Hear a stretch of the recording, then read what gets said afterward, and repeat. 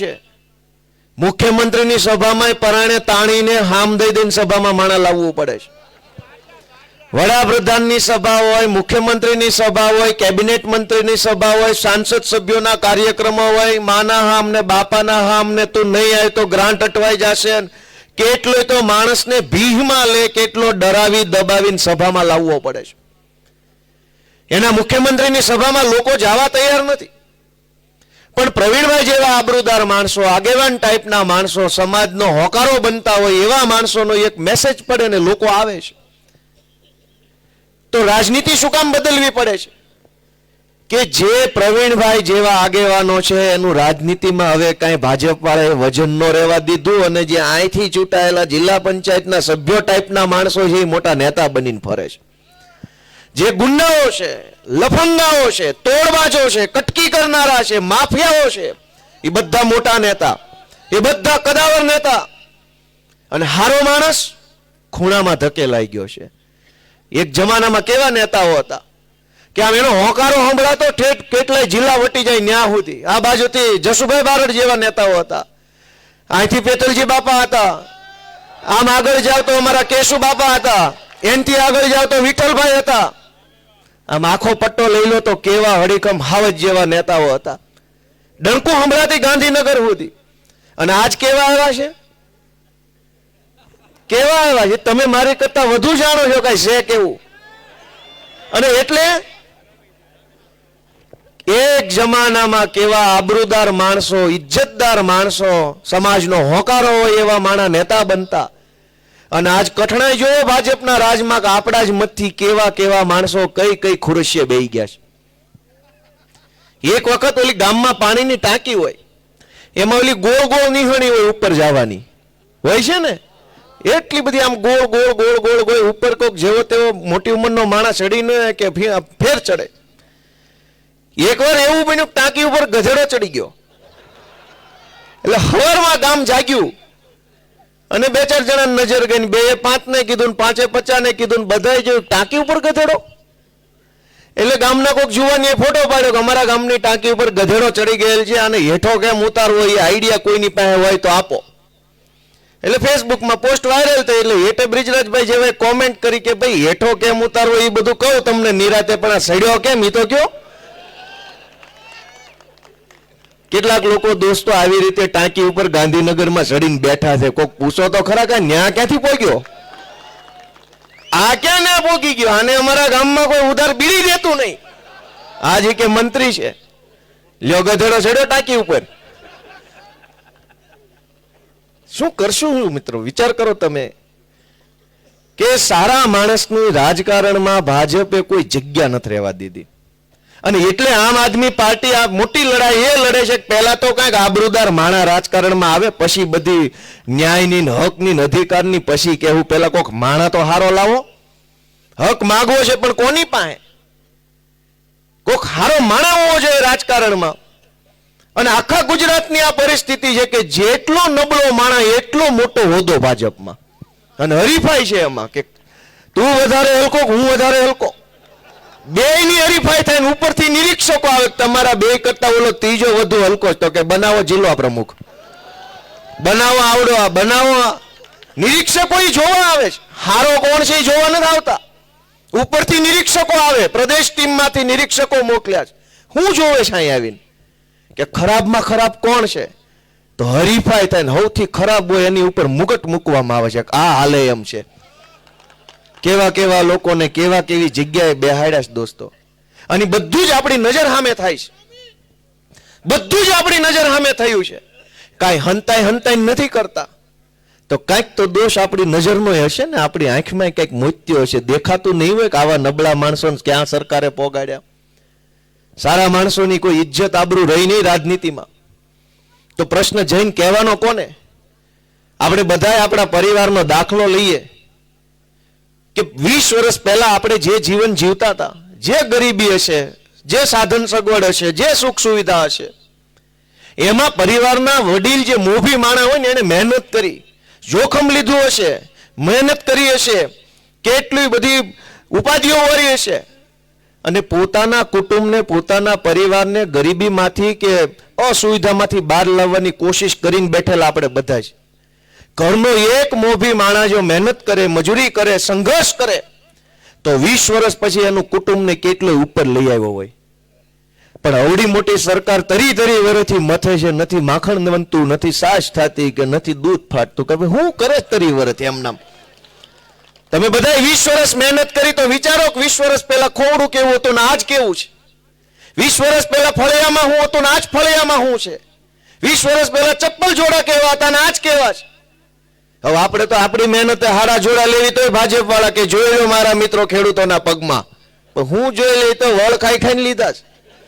તમે હારા બુસ્કોટ પહેરો તો તરત ભાષણ ચાલુ કરે, જોઈ લો મિત્રો મોદીજીના રાજમાં ખેડૂતોના બુસ્કોટ. સહેજ હારું છાપરું બનાવો, હારા જોડા લાવો, હારો બુસ્કોટ પહેરો એટલે તરત ભાષણ ચાલુ કરી દે મોદીજીના રાજમાં લીલા લહેર. કેટલી મજૂરી કરી, કેટલી ટાઈટ ખાધી, કેટલા રાતે પાણી વાળ્યા, કેટલી દવા છાંટી, કેટલા જીવ જંતુ જનાવરનો ત્રાસ સહન કરીને 2 પૈસાનું કંઈક માલ પક્યો અને વેચીને પૈસા બચાવીને ખરીદ્યું છે. એ કઈ સરકારને થોડી ખબર છે, એ નથી જાણતા.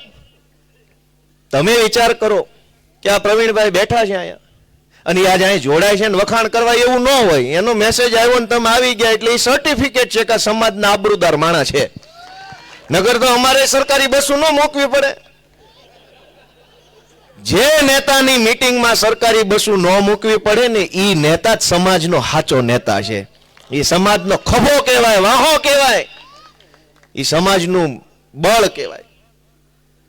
પણ તમે વિચારો કે આપણી પાસે એટલા બધા પ્રશ્નો છે, સમસ્યાઓ છે, સરકાર સુધી વાત કેમ નથી પહોંચતી આપણી? આપણા ઘરમાં છોકરો રમતો હોય અને સહેજ એની રમતમાં ફેર પડે, સહેજ અવાજ ઢીલો પડી જાય, સહેજ આંખો ઓછી ખુલતી થઈ જાય, સહેજ ઢીલો પડી જાય ને તો તરત બટાકા થયું છે એમ પૂછવી કે ન પૂછવી? સહેજ મારા ઢીલો હોય ને તો ઘરમાં આપણી દીકરી હોય, માં હોય કે આદમી હોય, એના હોકારામ ફરક પડે ને તો આખું ઘર પૂછે એટલે ભાઈ તું ઠીક તો છો ને, કાંઈ વાંધો તો નથી ને?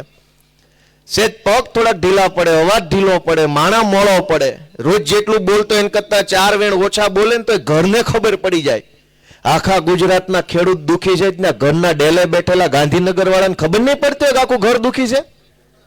એક છોકરો બીમાર પડે તો શેરીમાં ખબર પડી જાય છે. અને ગુજરાતના 54 લાખ ખેડૂતો આજ કેટલી બધી સમસ્યાઓ ભોગવી રહ્યા છે.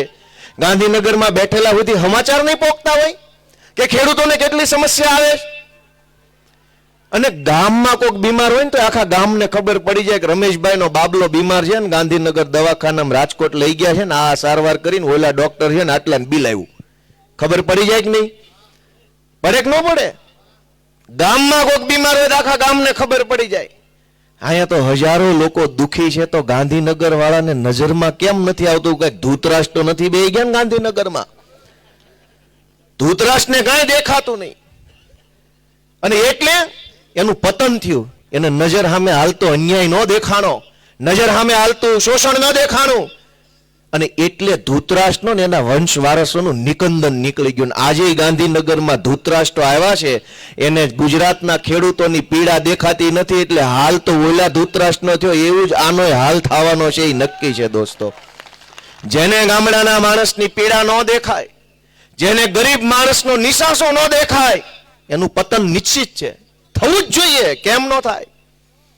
દોસ્તો, આજે આપણે આ ખેડૂત ન્યાય પંચાયતના માધ્યમથી ગુજરાતભરના લોકોને એક વિનંતી કરવા માંગીએ છીએ કે રાજનીતિ બદલો.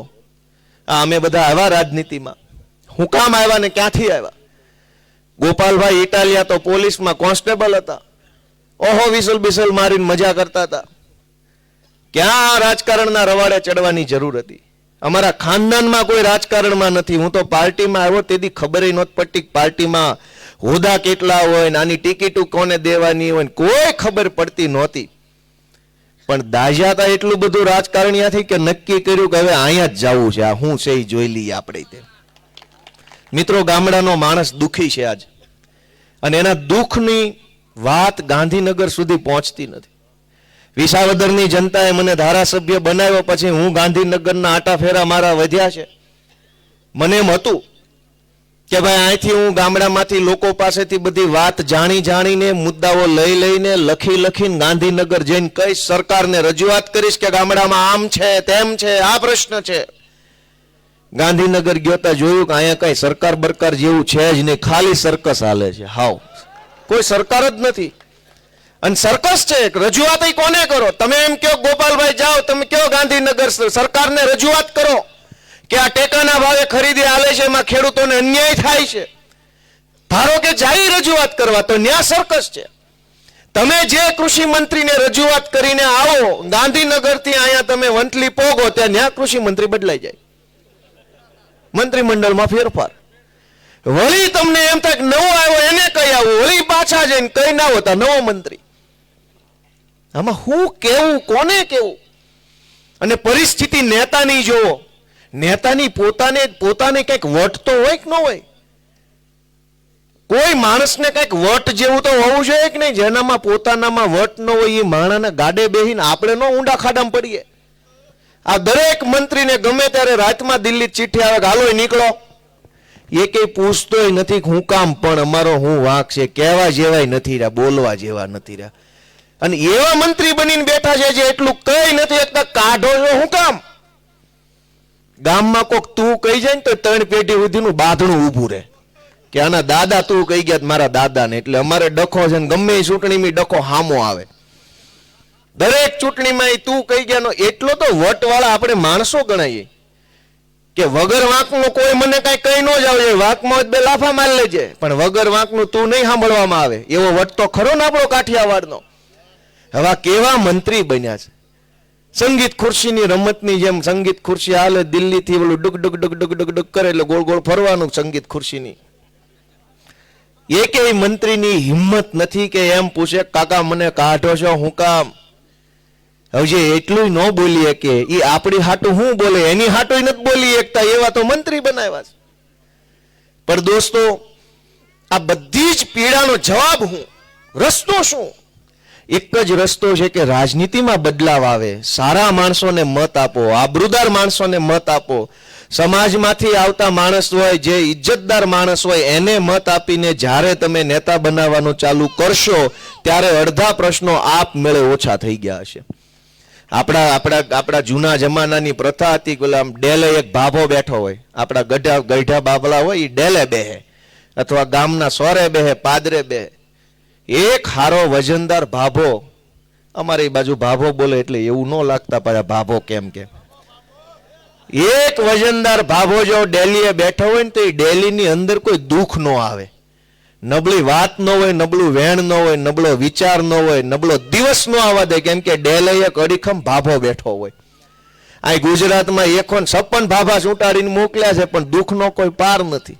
હવે ભાભો જ દુઃખ લાગે મને તો, આમાં ભાભાનો જ ઉપાડ કરવો પડે એમ કે 156 ભાભા ડેલીએ બેઠા છે, દુઃખ શેનું છે? સરકાર એમની છે. અને કેવા માણસો, મેં ન કીધું ગધેડો ટાંકી પર ચડી ગયો, કેવા માણસો હું બની ગયા.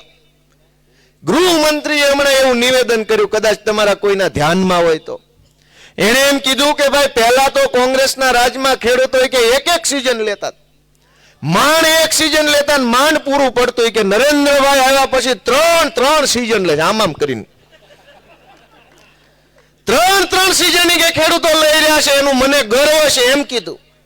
હવે એને કોણ સમજાવે કાકા કે એક સિઝન જેદી ખેડૂતો લેતા ને તેથી એક સિઝનની અંદર ઘેરો એક છોકરા પાવણાવતા, તોય થોડુંક હોનું લેતા, તોય પાછું સારું ગાડું લેતા, તોય મકાન બનાવતા, તોય થોડાક રૂપિયા વધે તો એ પછી દિવાલું દાટતા. એક સિઝનમાં આટલું કરી નાખતા, 10 15 8 10 છોકરા પાવણાવતા. બધાને ખબર છે બધાના ભાઈઓ બહેનો કેટલા છે, ત્રીજી પેઢીએ જાવ તો 8 ભાઈઓ બહેનો વાળો પરિવાર છે. એક સિઝન લેતા તો 10 છોકરા પાવણાવતા. આ 3 સિઝન લે છે અને છેલ્લે એક છોકરાના પવણાવાના મેળ નથી, મળતું નથી કાંઈ.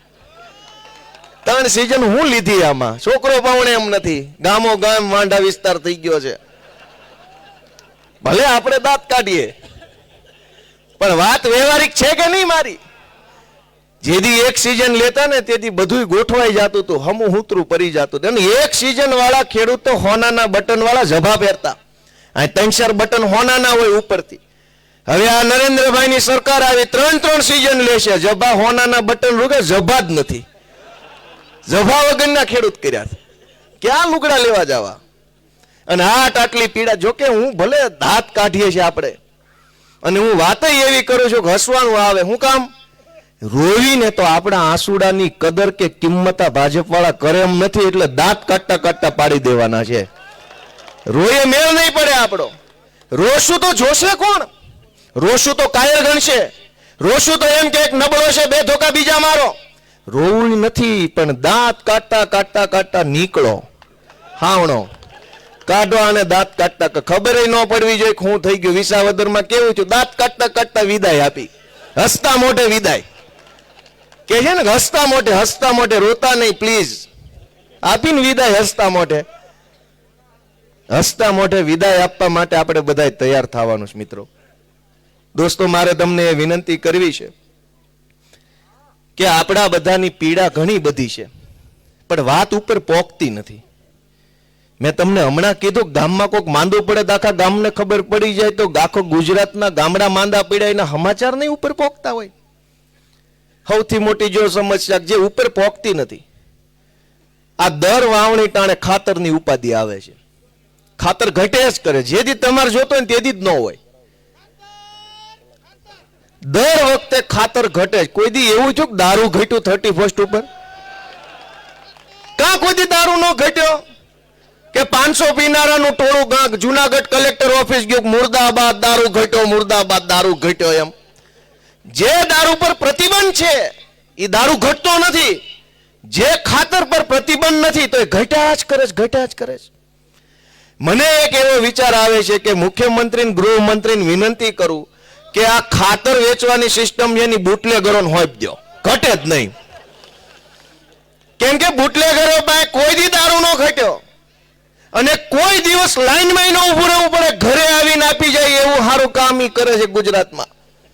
તો ખાતર એને હોપી દેવી. એક તો ખાતર ઘટે નહીં, ઘરે આવીને આપી જાય ને 20 રૂપિયા વધુ લેતો હોય વટથી નો દે, લઈ જા બાપ લઈ જા, ઘરે આવીને આપી ગયો. કાયમ ખાતર ઘટે. ખાતર માટે લાઈન, દારૂની લાઈન નહીં, દારૂની દુકાન નહીં, તોય માલ ઘટે નહીં.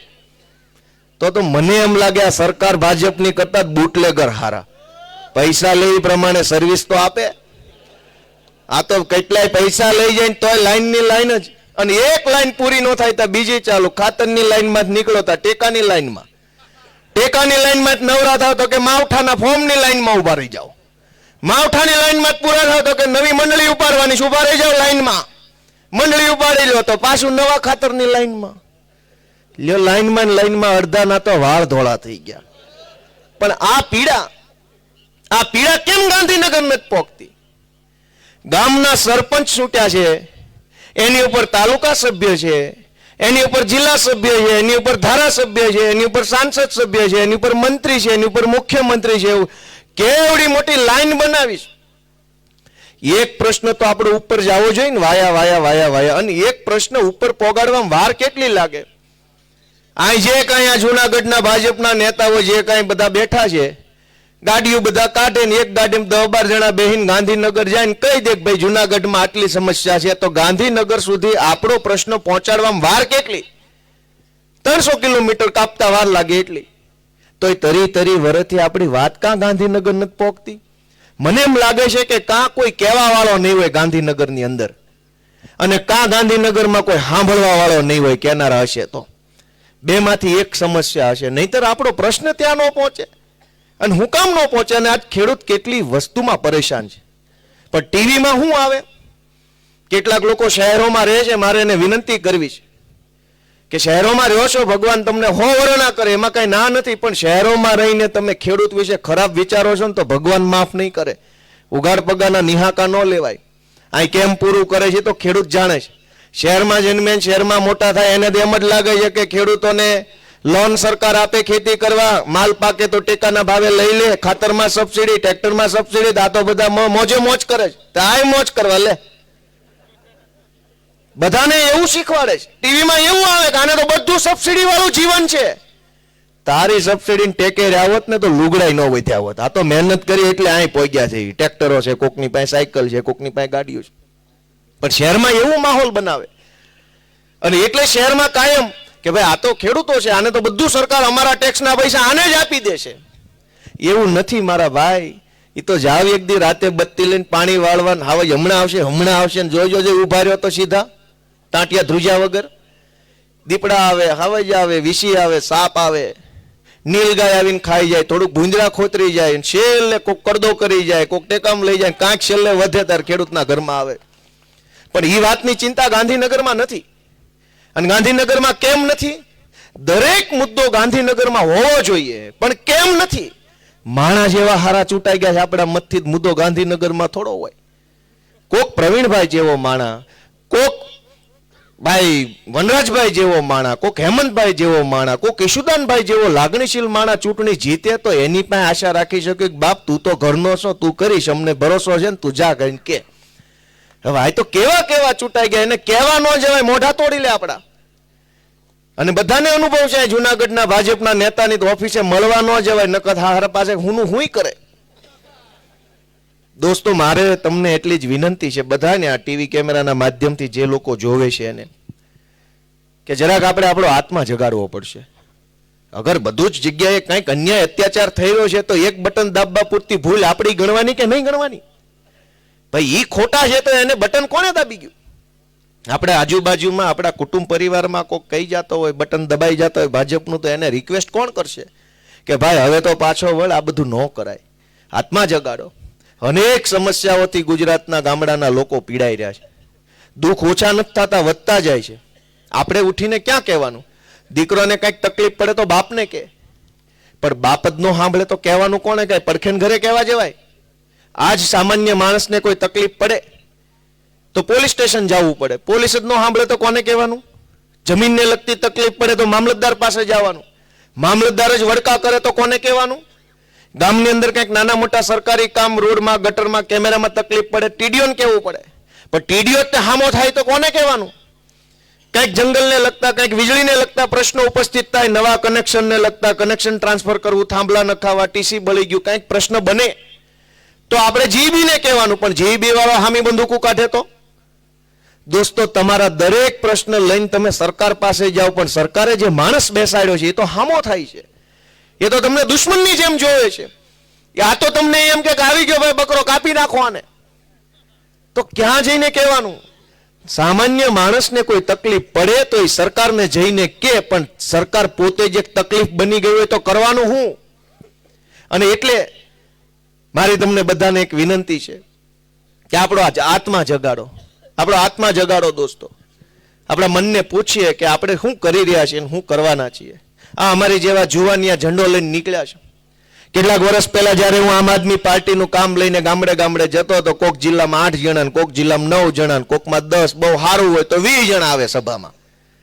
અને તે દિવસે મેં એવી ચર્ચા કરતા, ગુજરાતમાં સરકાર બનાવશું ને લોકોને સુખી થાય એવું શાસન આપશું ને ખેડૂતો માટે આવું કરશું, યુવાનો માટે આમ કરશું, શહેરો માટે આમ કરશું. તો કેટલાય લોકો દાંત કાઢતા કે ભાઈ હવે સોંટા સો એક દારા જાવ, હાલો અહીંથી વૈયા જાવ, મારા હોટલે ન બેહતા. તેથી કોઈને ભરોસો નહોતો કે આ છોકરાઓ કંઈક કરશે. કેટલાક લોકોને આજે ભરોસો નથી કે આ છોકરા કંઈક કરશે, પણ અમને પૂરો ભરોસો અમારી નિયત ઉપર અને નિષ્ઠા ઉપર છે કે અમારી નિયત સાચી છે તો 1000 હાથ વાળો અમારું પાર પાડશે. નહીતર આ વિસાવદરની ચૂંટણીમાં કાં ભાજપ ને ક્યાં અમે, એની પાસે કેવડી શક્તિ. આખા કાઠિયાવાડના બુટલેગરો ભાજપનો પ્રચાર કરતા, તમામ જે ખનીજ માફિયાઓ, ચોર ચપાટાઓ, લુચ્ચા લફંગાઓ, બધાને ફોન આવી ગયા હતા કે ભાઈ ચાલુ રાખવાનું છે 2 નંબરનું તો જાવ વિસાવદર, નહીતર બંધ કરાવી દઈશું તમારું દારૂનું સ્ટેન્ડ ને ડ્રગ્સનું, રેતીનું, ખનીજનું બધું બંધ કરાવી દેવું. બધા વિસાવદર આવ્યા, સરકારી તંત્ર લાગી ગયેલું. પણ જીત શેના કારણે મળી? એની પાસે લાવ લશ્કર છે, એની પાસે સત્તા છે, તાકાત છે. અમારી પાસે એવું કાંઈ નહોતું. અમારી પાસે ખાચી દાનત હતી અને 1000 હાથવાળા કાળિયા ઠાકરનું નામ લઈને ઉતરી ગયા કે ભાઈ દાનત સાચી છે તો હોડકું પોગાડ્યું પાર. નહીતર એની પાસે જે છે એવું ભેગું કરવા જાવી તો પેઢીઓ વહી જાય એમ છે. પણ આ લડાઈ જે છે ને એ બદ દાનત અને સારી દાનત વચ્ચેની લડાઈ છે. એમની દાનત ખરાબ છે અને ખરાબ દાનતનો એક દાખલો આપું. હમણાં તાજો કે આ માવઠું આવ્યું તો માવઠાની ઓણ પહેલી વખત સહાય જાહેર થઈ વર્ષો પછી. કોઈને યાદ નથી છેલ્લા 20 વર્ષ કેદી માવઠાની સહાય આવેલી. પણ આ વિસાવદર વાળી થઈ એનો ઝટકો ગાંધીનગર સુધી પહોંચ્યો એટલે ઓણના વર્ષમાં માવઠાની સહાય જાહેર થઈ. ગયા વર્ષે પાથરા તણાઈ ગયા હતા. ગયા વર્ષે પાથરા તણાઈ ગયા, કોઈ જોવાય નહોતું આવ્યું. પ્રકાશભાઈ કીધું ને કે મંત્રી તંત્રી બધા આવ્યા શેઢે જોવા માટે, કેટલાકને તો વાસ આવી. ઈ કે લે આ પાથરામાં વાસ આવે છે. કાકા અમે ઈ જ કહીએ વાસ જ આવે છે આમાં.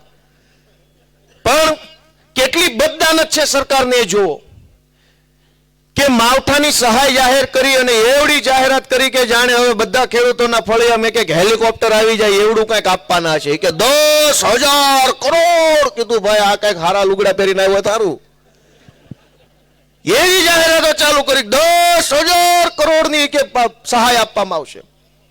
પણ ચોરી ક્યાં કરી કે ઓલા જે ફોર્મ ભરવા માણસો બેહાડે ને આખા ગુજરાતમાં એને ફોન કરીને કહેવામાં આવ્યું હતું કે ઓછો આંકડો નાખજે ફોર્મમાં. એટલે અનેક ખેડૂતોને એવું થયું છે નુકસાની 2 હેક્ટરમાં ગઈ હોય અને સહાયના ફોર્મમાં 25 ગુઠાન 10 ગુઠાન 8 ગુઠાન એવું થયું છે. અમરભાઈ સાચી વાત છે?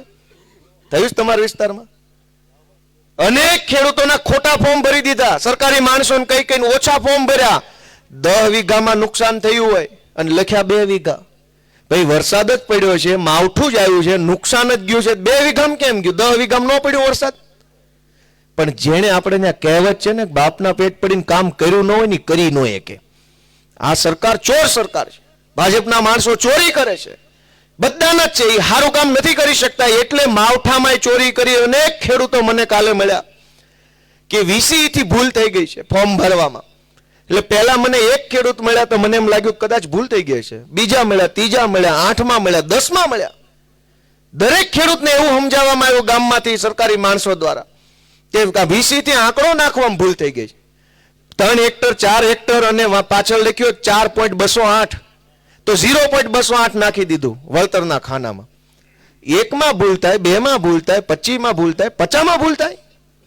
અને ઉત્તર ગુજરાતમાં એવું સામે આવ્યું, મહેસાણામાં એવું સામે આવ્યું કે 10,000 કરોડનું જાહેર તો કર્યું પણ આંકડો ઓછો ભરજો એવી સૂચના સરકારી માણસોને આપી. એટલે ખેડૂત તો ભોળા હોય અને એ ભોળા માણસોએ ઓલું કાગળ આપ્યું લઈને વૈયા ગયા. જેથી ખાતામાં ઓછા આવ્યા તેથી ખબર પડી કે ઓછા આવ્યા તો પંચાયતે પૂછવા ગયા કેમ ઓછા આવ્યા તો કે ભૂલથી ઓછો આંકડો નખાઈ ગયો. તો આખા ગુજરાતમાં ઓછો નખાઈ ગયો. એટલે જે મેં તમને કીધું એમ કે આ લડાઈ હારી દાનતવાળા અને ખરાબ દાનતવાળાની વચ્ચે છે.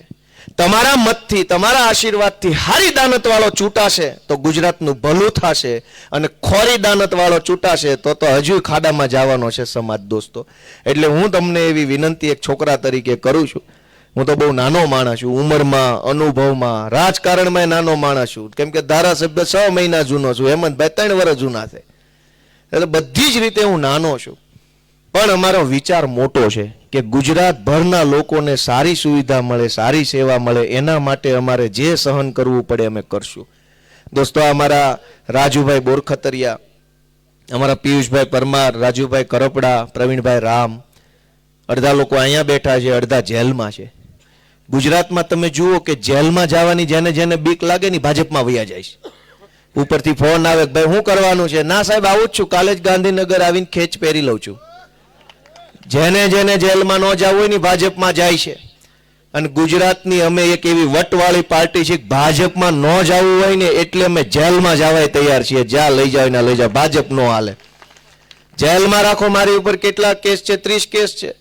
ગુજરાતના 15 જિલ્લામાં FIR કરી. કાંઈ વાંધો નહીં બાપા, સરકાર બદલાવા દો, અમને આવડે છે, હું વકીલ છું, તમ તાર કરશું અમે જે ફાવે એ સિસ્ટમ. પણ ભાજપના મિત્રોને મેં એક રિક્વેસ્ટ કરી છે અને આજ માણાવદરની ધરતી પરથી ફરીથી કહી દઉં વંથલીમાંથી કે ભાઈ જેટલું ખમાય એમ હોય ને એટલું કરજો, પછી કહેતા નહીં ઘૂસ કરી. તમે 2 ધોકા ખમો એમ હોય તો જ 2 મારવાના છે, 10 ખમો એમ હોય તો 10 મારવાના છે. અમારા કાળજા કઠણ છે, અમે સત્તાની પાછળ હંતાની મીંદડાની જેમ વાર કરવા વાળા નથી. એમ હામી છાતીએ ઉભા ભાજપની સામે. તમારી દેશમાં સરકાર, રાજ્યમાં સરકાર, તાલુકામાં સરકાર, જિલ્લામાં સરકાર, તોય હામી છાતીએ ઉભા છે. એ અમારી કલેજાની કઠણ છે, અમારું કલેજો છે એ કઠણ છે. પણ તમે આટલું ખમી શકો એમ છો? અમે 15 જિલ્લાની જેલમાં રહ્યા છીએ, પણ તમે 2 કલાક લોકઅપમાં બેહી શકો એમ તો જ વધારે વાયડાઈ કરજો. સમય બદલાઈ રહ્યો છે અને જે દિવસે આના જ જમાદારોને ફોન કરશું 4 કલાક ખૂણામાં બેહાર છે ને તો રોતા નહીં આવડે કે ન તો આ કરવાનું ભૂલ થઈ ગઈ વગેરે વગેરે. અમે તો કેટલું સહન કરીને બેઠા છે. અને સહન કોના માટે કર્યું?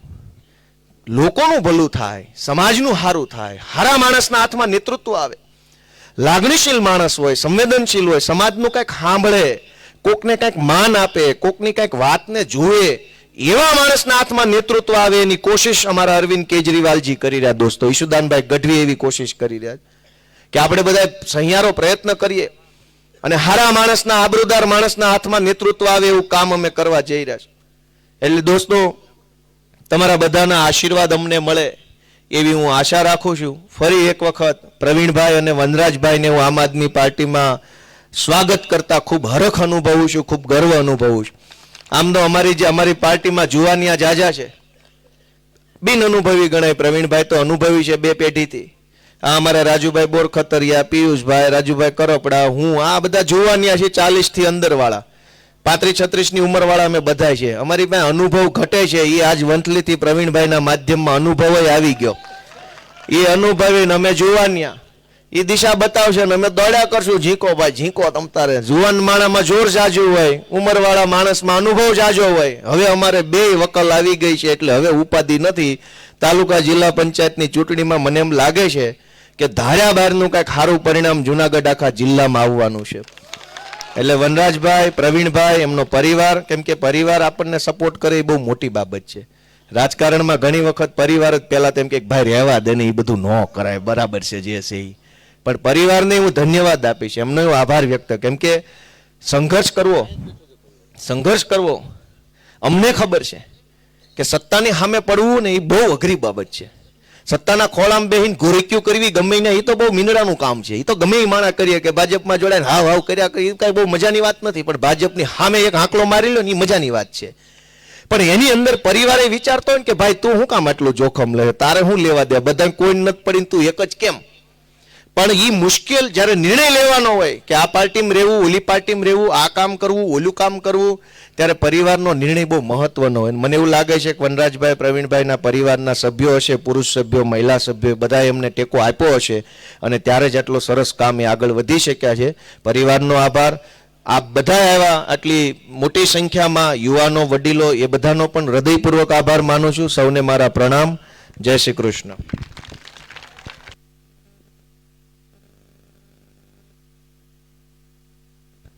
ખૂબ ખૂબ આભાર ગોપાલભાઈ. અને હવે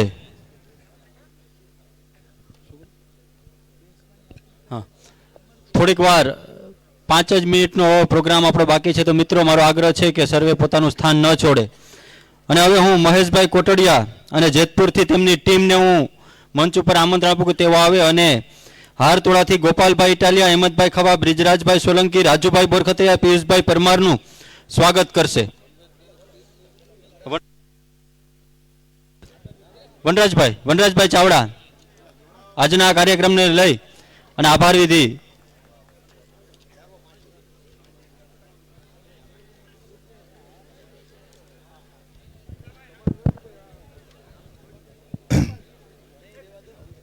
ભારત માતા કી.